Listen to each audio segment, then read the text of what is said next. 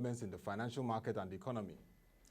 This morning, we'll be looking at the new approach to non-performing loans in the Nigerian financial services industry. With me to lead this conversation is Mr. Teslim Shitta-Bey, the Managing Editor of Proshare, Nigeria. Nice to have you, sir. It's a pleasure being with you. Happy Thursday. Yeah, happy Thursday. Looking forward to a very interesting conversation. I hope so, too. And with us in the studio at the far end is Mr. Boason Omofaye, CEO of Frontier Africa Reports. Thank you very much for having me. Good morning, Mr. Teslim. Yes. It's been a very interesting week so far. And don't forget, in the course of this conversation, we'll be looking at the Monetary Policy Committee meeting of the Central Bank, which is today, started since 8 a.m. And we should be expecting the statement of the Central Bank of Nigeria Governor, Mr. Godwin Emefiele, from 2 p.m. So we'll discuss that in the course of this interview. But let's first begin with, what is the new case for approaching the non-performing loans in the Nigerian financial services industry? Okay, thank you, Otto, for the question. I think we should start from the perspective of the nature of non-performing loans. Yes. Since the recession that occurred 2016-2017, the global community, financial community, has been seeing a rise in the poor quality of risk assets, what banks call risk assets and what the layman will call loans and advances. We've seen a gradual rise. The same thing happened in Nigeria. Between 2015, 2016, 2017, our non-performing loans had started to rise. But thankfully, in 2018, 2019, we saw a reversal of that trend, and we saw some significant improvement in the quality of loan assets. Okay, but beyond that, there was this fundamental issue that needed to be addressed.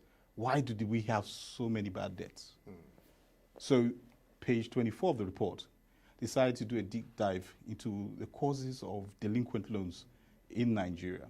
And some of the reasons were standard reasons and some were peculiar to Nigeria. For instance, Nigerian loans, especially the larger size loans, typically saw insider dealings, large-scale insider dealings, okay?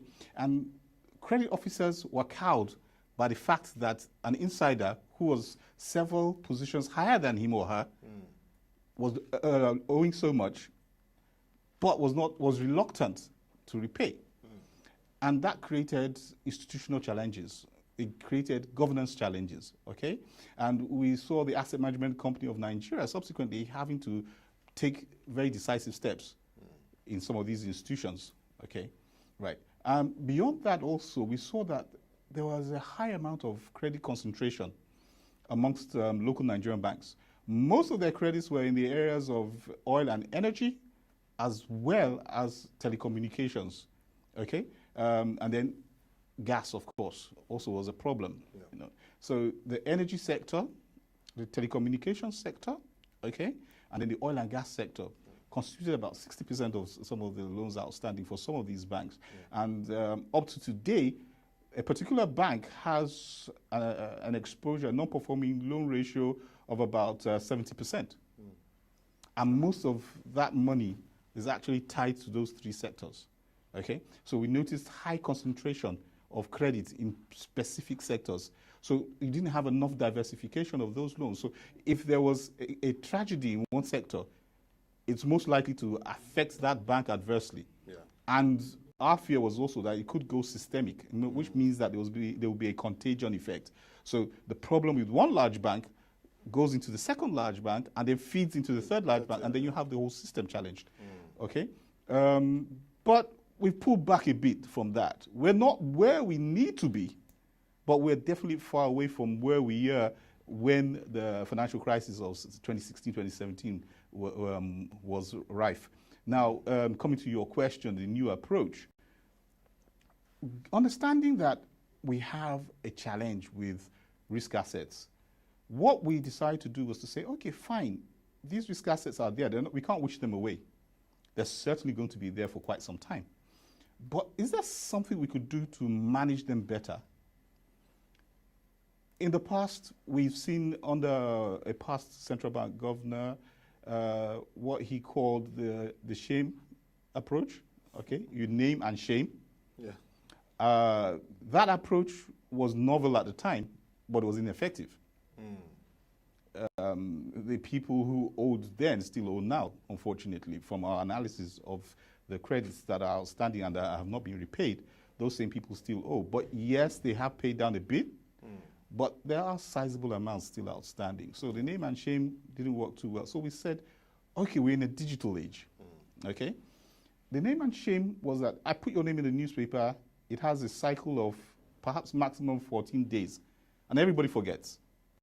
Nobody looks at it again. We don't even remember who owes what anymore, because other issues would have cropped up in those 2 weeks. So we said, is there a way to make it a little bit more permanent in the minds of the public and in the minds of business people and in the minds of other financial institutions that this particular person still owes sizable amounts? And we said, you know what, since we're in a digital age, couldn't we digitalize it? Couldn't we make, taking advantage of the age we are? Yeah, taking advantage of the age we are, moving away from hard copies to digital references of the status of borrowers who are delinquent. Now, I'm emphasizing delinquency because there are borrowers who are performing. But they are delinquent ones, and those are the challenges. Those are the challenges. The challenges are not those who are borrowing. The challenges are those who are borrowing but don't want to repay. And if you look at the report, around page 181, we did a matrix there to look at the various combinations. See, there are some people who they're willing but unable. There are some people who are unwilling and unable. And there are some people who simply are both unwilling, unable, and are not likely to pay. So there are different combinations of debtors, yes. There are different combinations of debtors. So the primary concern for us were those who are able but unwilling. So the report focuses on those you can pay, but you don't want to pay. And then we say, okay, fine. How can we assist the banks to create a registry that is top on the minds of people these same people interact with in a commercial way? Now, what I'm saying here is this. You want to do business with a company or a bank, for instance, and the bank now decides that, you know what, I think there's a registry somewhere about this. So he goes there, refers to that registry, and sees the history of your previous transactions with maybe another bank. Which is very important in terms of due diligence aspects. Perfect, because banks have what they call credit appraisal memos. Yes. Okay, they call it CAM. Okay. Now, in writing your CAM, one of the things you want to determine is character. That's a very fuzzy word, character. How do you determine a man's character or a woman's character? The closest we felt you could get to assessing the character is to look at the history of that person's engagement with the financial services sector. Okay? So we said, okay, fine. So if you had court cases, it's loaded there, so people can refer to the kind of court cases, the nature of the court cases, and how you have dealt with those court cases, okay? We've also said, okay, fine, have you owed several institutions certain sums that are outstanding and have become core debt? Yes. So if I'm doing my CAM and you come to meet me and I'm assessing, you might have a very good project, but I'm looking at the fact that, yes, you have a good product, but you don't have character, okay? And if we go back to Warren Buffett, you know, the great Warren Buffett himself, he said, the great investor, he says, look, see, I want you to be intelligent, I want you to be hardworking, and I want you to have character. But he said the most important thing is character. He said the two other things don't matter as long as you don't have character. You could be intelligent and hardworking, but you lack character. And for him, that's a deal breaker. So this is the same thing we're looking at here, that how do we create an environment where people are concerned about their character? If your character can be hidden, whether you're a financial institution lending, because it's not just about a borrower, it's also about the financial institution. So if you're a financial institution that has corporate governance character, you're likely to want to be part of that registry. Because it shows that, look, see, we are transparent, so we expect you to be transparent. That's the basis of the contract we have with each other. Your transparency meets my transparency, and we're successful jointly. But if one party is not transparent, in economics it's called asymmetric information. One party has more information than the other party. And therefore, we're not engaging as equal partners in this relationship. There's a problem. And so what we try to do in the report is to show that if we can create a system with greater transparency, there will be less delinquencies. Because those who would want to be delinquent realize that this is open day. Everything is out there in the open. And so if I get delinquent, it's going to adversely affect whatever I want to do in future. And I'll give a quick instance of this. Even at Proshare, we've had instances, especially in the last quarter of last year, Q4 of 2019, where companies have come and said, look, that story you wrote on us in 2011, it's not enabling us engage new partners. They're referring to that story because when they Google our name, that story comes up. Yeah. What can you do about it? We have internal governance standards upon how we treat such issues, yes. Okay? So we'll do what needs to be done based on our internal governance standard. But it does show one thing, that the internet has a long memory. Very long memory. The internet has a long memory, and therefore, if you leverage it properly, you can take that long memory and put pressure on people who are delinquent in their borrowings, okay? So that's basically about how the new method of turning what used to be an offline recognition of character into an online recognition of character. So that's basically what the report tried to do. Yes. I know Mr. Boason will come in, but let me get you on this, and then Mr. Boason can bring his thoughts and engage you in his perspective.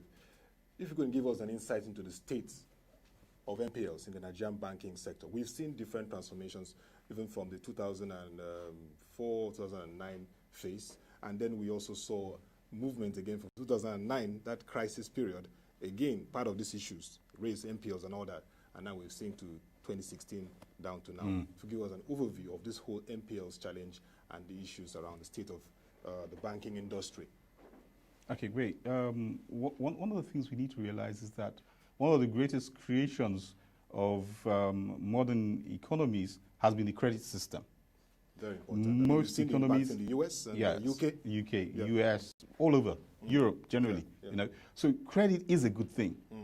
What is a bad thing is to have a poor credit conduct. You don't have good credit character. So what we've seen is that gradually banks had started expanding credit, right, from 2009 that you rightly pointed out to 2014. Credit expanded, okay? But unfortunately, with that expansion in credit, you also had a growing tendency for borrowers to be delinquent. Now, from 2014, 2015, there was a slight reversal, okay? The borrowers decided that, let me say it's the banks decided that, look, they have to take a firmer stand on the quality of those loan assets they were creating, okay? Now, it became very critical in 2018, and this is why. The International Accounting Standard Board, IASB, decided to introduce a new rule concerning how you make provisions for bad loans, okay? It's called IFRS 9. International Finance, yes, IFRS 9. All the financial services players exactly, are taking seriously. So it replaced IAS 39, okay?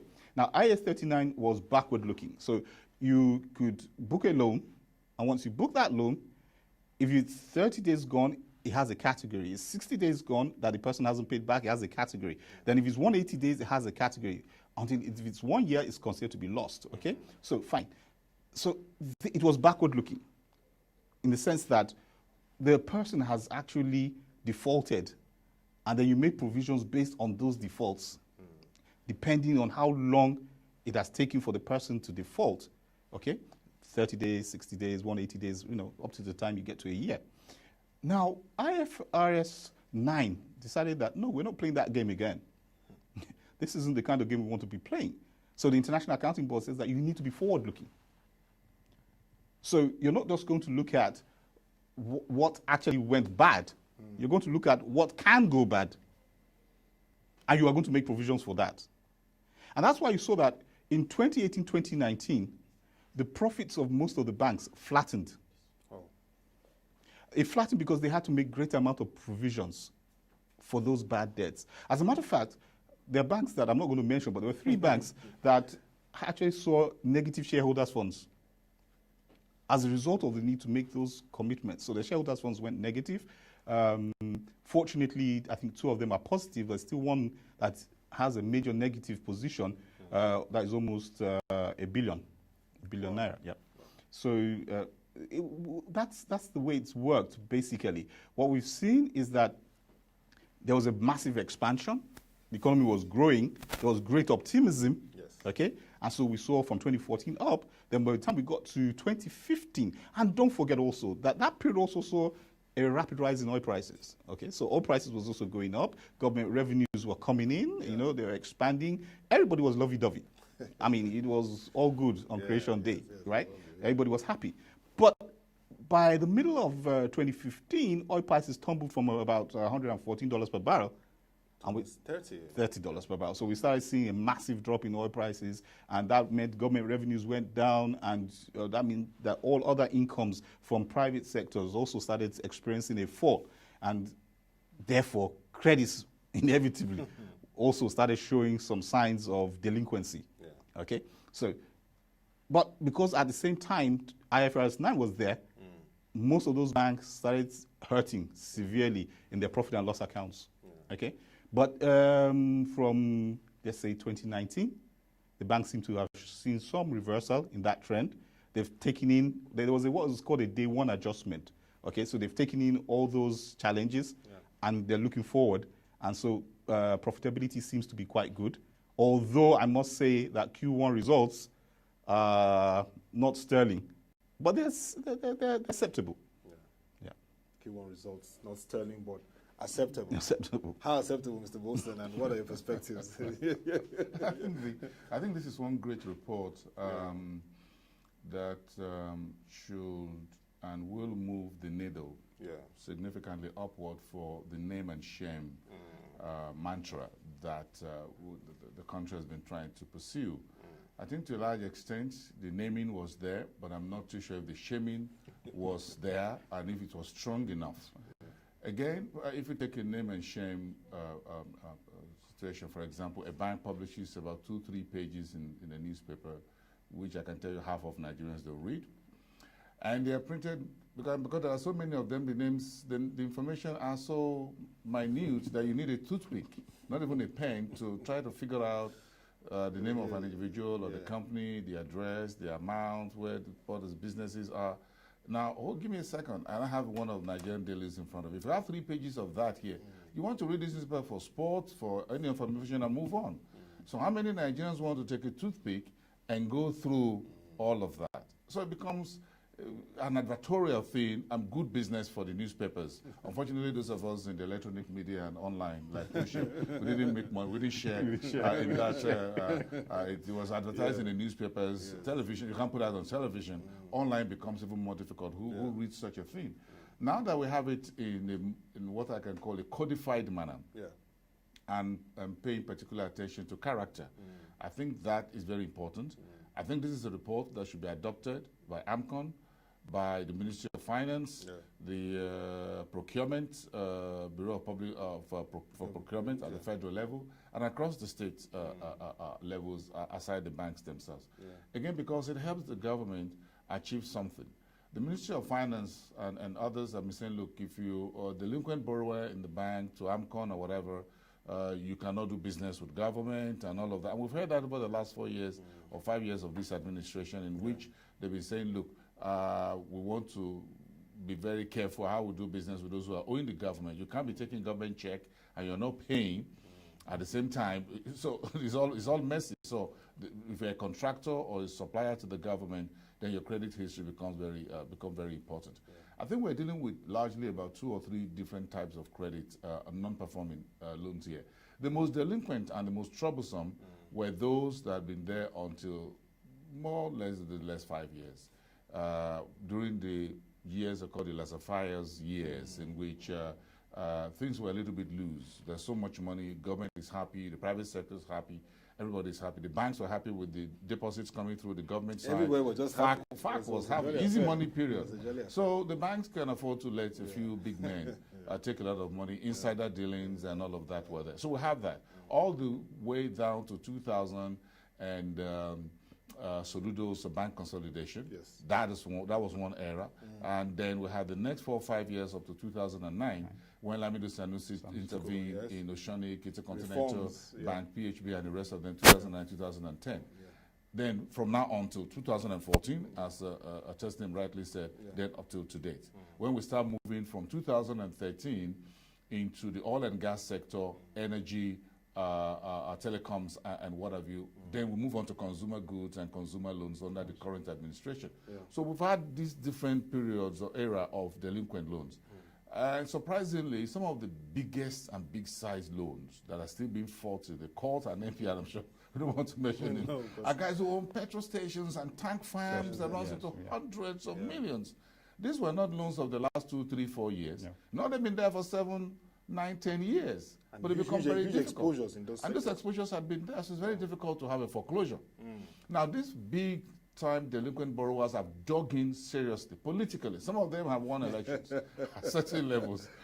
some of them have won elections as whatever. So you have that problem. The second phase were those who are genuine businesses in the oil and gas who were exposed to the telecoms licensing rounds and funding a bit. The 9Mobile fiasco with about 13 banks was another, as was a case in point, and all of that. So that is for those who are genuine businessmen in the oil and gas sector. Some of the international IOCs were selling down Nigerian assets. The local banks were helping. We were all happy back then. It was good. Some of those were genuine business. Like Teslim rightly put it, lady, that those are some who were willing and able, but they have now become unable because of the structure of the economy, the downturn in the oil prices, the exchange rate issue over the last, we're moving from 100, 150, now to about 400, 500 naira exchange rate. So it became an issue. Okay, if Dangote's refinery, for example, had borrowed locally for those refineries, when those 9 or 11 banks did those billions of dollars for him at 150, now you're looking at 350, 400. So you would say he's become delinquent if he doesn't have a backstop of how to repay such loans. So you have those who are genuine folks. But I will give credit to the current central bank and the current fiscal authorities, the Nigerian government, with the credit bureau, with that's one other area. With the rules, credit bureaus to assess things with like the this, rules like this, around the BVN and exposure. If you have money in one bank and you're trying to put money in another bank, BVN grabs you. So that is so we've seen a few measures in recent years, in the last 2, 3, 4 years, that will help the NPL. But again, this great report show that look, we are not yet out of most of the significant legacy NPLs. That you drive around Ikoyi VI like I did yesterday, Lekki, and you find a lot of assets that are locked down with AMCON has more signboards everywhere than you have for factories. You just look at this massive building and you just look at, oh, why do we grow it? And you find there's another AMCON. Then the other one is AMCON. The next one is AMCON. So these are the big stories, big money that are within the Debtors Africa's report. How we resolve it moving forward now becomes another issue with our legal system, with a justice system, and what have you. But it's good to have it disclosed. Not just to banks, but to businesses as well. So I also think that it's not just the banks that should look at this report. Those who want to do businesses, suppliers, okay? Local and foreign. Local and foreign, yes. Okay? We should look at this report and say, look, it's not just the bank, but if this guy or this business does not have good character, you can't be my supplier because I could have a contagion, like the virus, with doing business with you. So whether you're in the supply chain, whether in raw material, whether you are part of, you're an importer and freight forwarder, you want to look at this Debtors Africa's report, because if this guy has a very terrible credit history, then if you're supplying to such a company, how are you sure you're going to get money paid? You could get trapped in his own so it's all one good report that actually should move ahead to shame. And if not for the pandemic era, I think this is a one report that should be launched with a lot of fanfare and get the relevant government agencies like the Financial Reporting Council, everybody who is everyone, even the Office of the Attorney General of the Federation. should buy into this. The Office of Reporting, Accountant General of the Federation, the Solicitor General, the Auditor General should all be those who have access to this report and hold it as a Bible to have a closure to say, look, we have something here that exposes everyone who is doing business with the government. So the finance minister should actually be the chief launcher. That's my own view. To say, look, we have a tool in our hand to actually deal with one of the biggest problems we have in this country that are taking 5, 10, 15, 20 years down the line, and we're still not out of it. Even more than 20 years, because if you look at even the 94 era where we had military. Yes, the failed bank, the Sonny Abacha's failed bank. But the problem of insider dealing is one problem that will likely not go away. I think it's a lot reduced, but it's taking a different form under the today's banking system. It had always been there under directors, chairman, vice chairman of banks, and the big boys within the banking industry. The second level you talked about was those who are credit concentration across sectors. The economy is not really diversified as we would want it. So all the banks will have to chase the same rabbit. They are the same house chasing the same one single rabbit, because as long as one rabbit comes out, you have 25, 30 banks chasing that same. So telcos come out, everybody wants to be part of it. Oil and gas is out there. If you hear today that journalism is out there, all the banks will jump in and say, let us do it. During the pure water era, all banks were lending to everybody who wants to do pure water business. When it was business center, where you can get a loan to do business center with Nigeria. So with the Nigerian banks. So the government will help reduce our NPLs moving forward in the banking sector or financial services industry, which include microfinance and others, by diversifying the economy and make it easy for banks to choose where to play as per their competence and ability to do so. But as long as the business is either is it black and white, we need a rainbow of an economy in which you can choose the color in which you want to play. But as long as it's either oil and the rest, then it makes it very difficult for us not to have concentration of non-performing loans. And the point is that apart from now when we're pursuing consumer credits, for example, and all of that, who has the big money to move into these industries? The same big guys who have the NPLs. So it becomes like a political party for those who are delinquent borrowers. And that becomes very difficult to break because some of them have political backings, some of them are well oiling the wheels of the political circuits and all of that. So it becomes a big problem here. But like you said, the name and shame has been taken another step further, a big leap further by Debtors Africa report. Congratulations. Thank you very much. And we hope to see much of commitment, because I remember there was a period, the vice president even said they were looking at that name and shame, affecting it, working with the AMCON. So this report becomes a good advisory and direction. But what are your key takeaways in terms of the approach from this report series we're seeing in terms of as it affects the Nigerian financial services industry and indeed the economy? And remember that there was a time it was 20.9%, is it 2008, 2009? Right. Thank you for that question, Otto. And I want to say that I want to thank Boason for his comments because he's spot on, really. He's spot on. The last comment in particular is very important. It's one of my major takeaways. And the fact that the Nigerian economy is thin in terms of the quality and character of assets created. Okay, that's very fundamental. Very, very fundamental.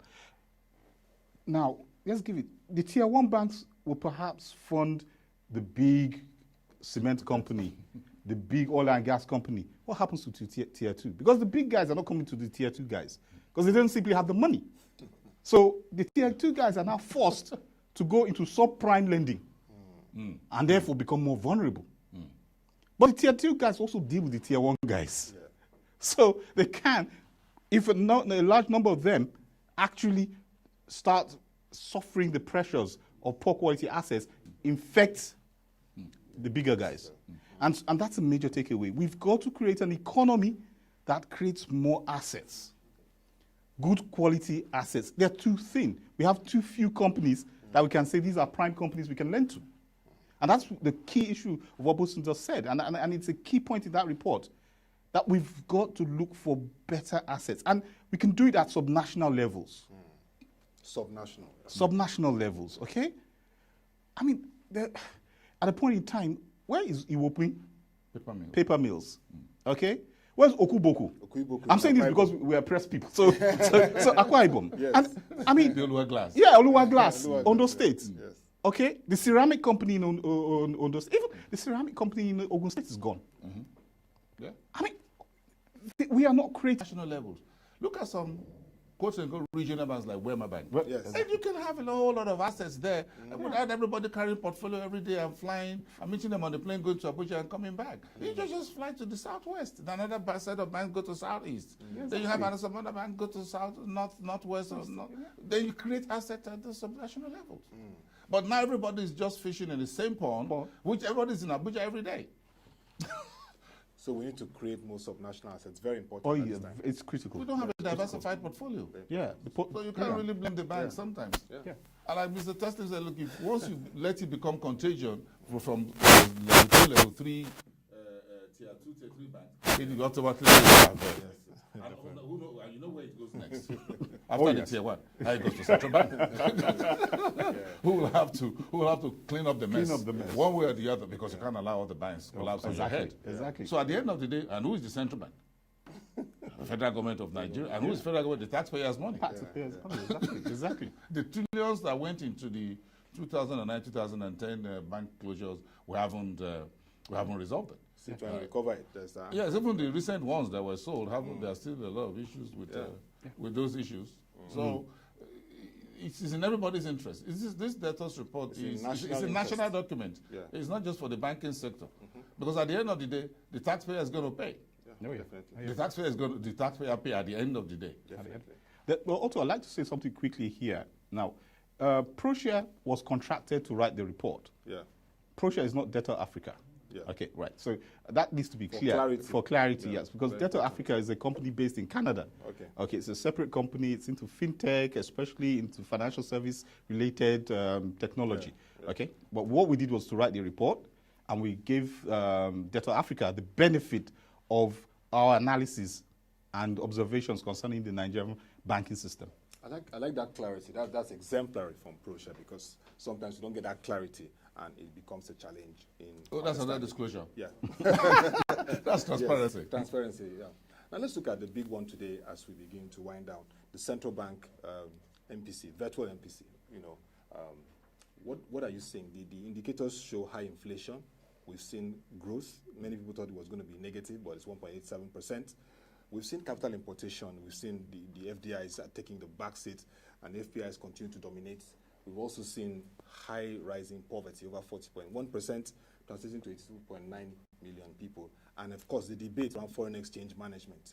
Should it be managed floating? Should it be liberalized? I mean, fears of that major fear of depreciation and, of course, devaluation. So it provides a basis for me to make this comment. Nigeria is stuck in a trilemma. Yeah.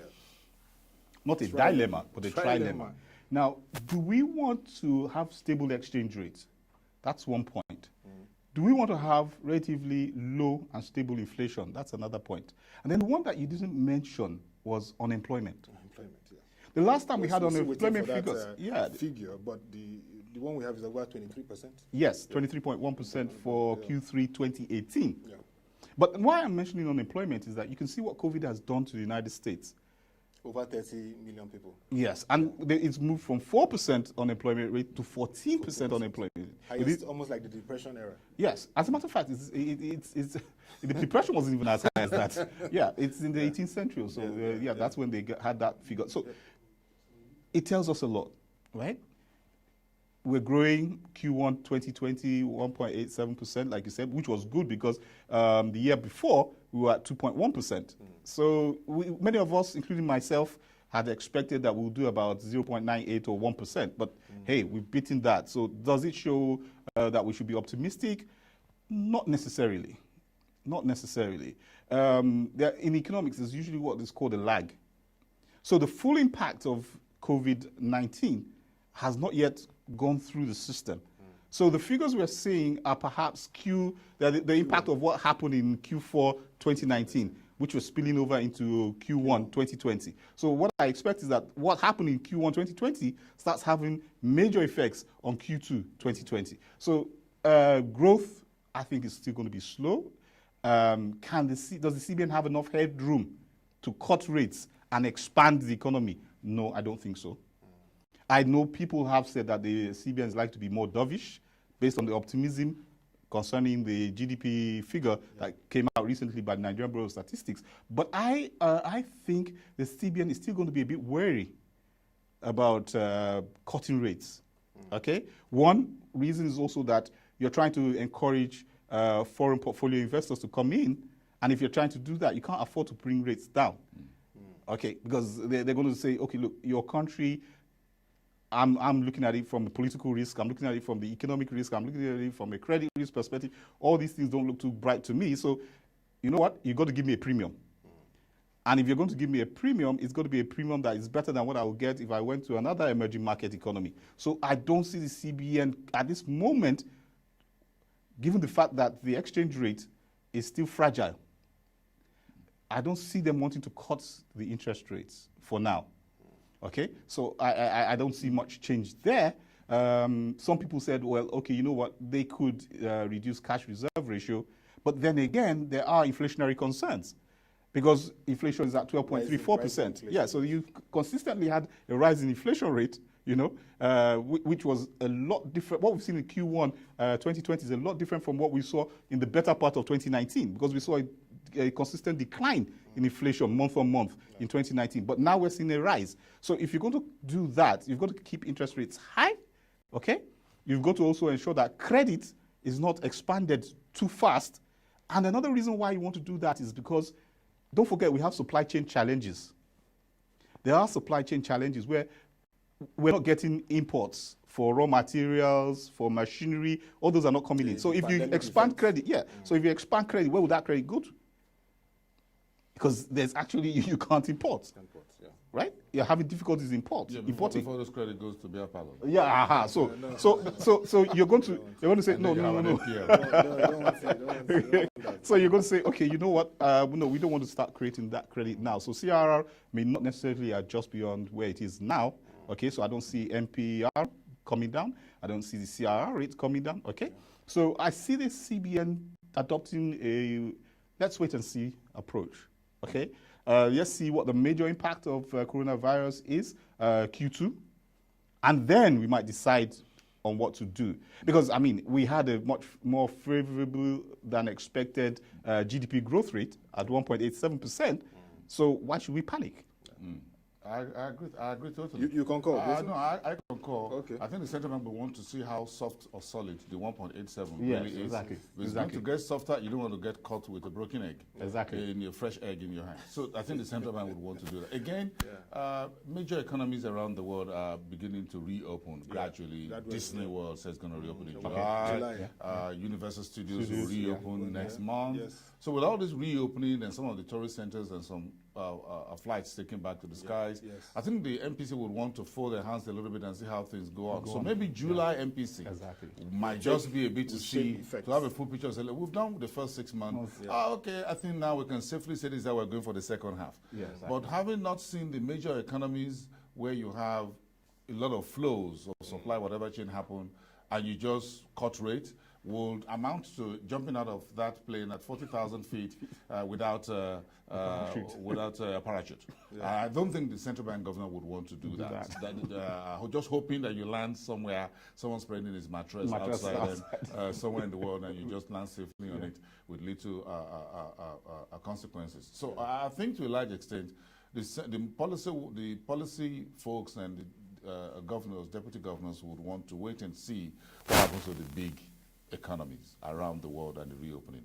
The Europeans are still throwing money at the as of this morning, there's another 2.4 trillion euros coming through. So it looks like we haven't seen the end of it. So far, we've done about $12 trillion globally. With the Europeans talking, the EU talking about another about 2.4 trillion euros this morning. I said, wow, I thought we've seen the end of it. So I guess they will just wait and say, okay, let's see how this goes, because whatever we do, largely impacted by the big Western and the Asian economies. The Fed. Yes. Bank of England, Bank of Japan. Exactly. So I think we're still in the middle of the storm, as it were, and the MPC would want to just say, give us a little bit more patience, guys. Let's hold on a little bit. Let's see what happens between now and June. Then by July, we can get back to you at the MPC meeting in July. Don't forget, July and I think September are two most critical monetary policy decision period for every economy, central bank in the world. July being the middle of the year. September gives you, well, technically what the full year would have looked like, so you can do your November whichever way you go. But July and September are very critical. So I think July might just be it. But perhaps the liquidity ratio, which is taken from what Teslim put out about how to be careful with liquidity in the system. Again, you don't want to create too much liquidity. We already have liquidity. You have too much naira chasing a few dollars. We don't know what the consequences are. Maybe the liquidity ratio will be tinkered with a little bit to tighten things a little bit. We're not too sure. Maybe just by 5, I don't know, 50 basis points to tighten the liquidity ratio a little bit. What the consequence of that will be for portfolio investors, like I said, it's a trilemma. You know, dilemma is good because the third window gives you the room to escape. But now when you have a trilemma, all windows are closed. So you have to look for the fourth one. If ever, or you go back to the first window and start digging about to get it open. Well, what an interesting conversation we've had today. Nice to have you, Mr. Teslim Shitta-Bey. It's been a pleasure being on the show. Must commend you and the Proshare team for that very incisive report. Thank you very much. Thank you. Highly informative, very revealing, and of course, addressing a fundamental issue in the financial services industry, non-performing loans. And like Mr. Boason has said, we expect that the concerned authorities would take it and align it into their agendas and strategies and adopt it effectively as deemed fit. Nice to have you. Thank you very much. Thank you so much. And nice to have you, Mr. Boason, again to talk about this issues. A privilege to share this show with the Managing Director of Proshare Nigeria. Always a privilege having two doyens in the financial market and financial journalism. Thank you so much for that. Yes, that will be all for the market review today. You can join our conversation on our website, www.proshare.com, to watch our videos, read our reports and news stories and analysis. Also, for today's Monetary Policy Council meeting of the Central Bank of Nigeria, you can join our Twitter handle at ProShareNG to get the updates from 2 p.m. when the Governor of the Central Bank of Nigeria, Mr. Omofaye, issues his statement on decisions around the monetary policy rate. So we come your way again. Thank you for watching. Have a nice day and stay safe.